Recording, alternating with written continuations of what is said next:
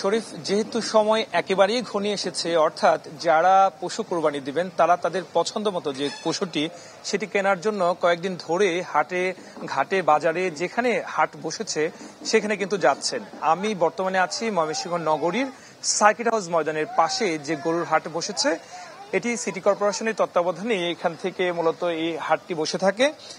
তো যারা বিক্রেতারা আছেন এই হাটে অপেক্ষাকৃত অনেকটা বড় গরু নিয়ে আসা হয়, যেহেতু শহরাঞ্চলের মানুষজন আছেন এবং এখানকার যে গরুগুলি মূলত অনেকটাই বড়।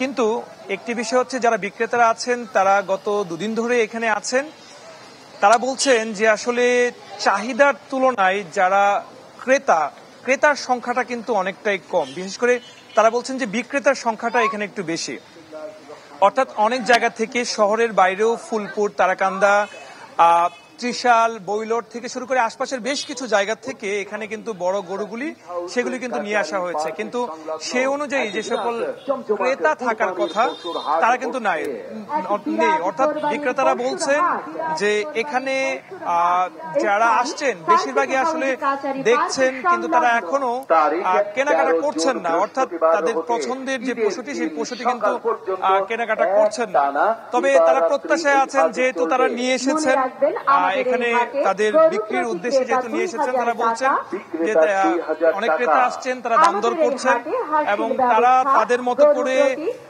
তারা পছন্দের যে পশুটি সেটি কেনার জন্য চেষ্টা করছেন। বিক্রেতারাও তারা যেহেতু সারা বছর লালন পালন করেছেন, তাদের যে পরিমাণ খরচ হয়েছে সে অনুযায়ী প্রত্যাশিত দাম পাওয়া মাত্রই তারা পছন্দের পশুটি কিন্তু তারাও বিক্রি করবেন।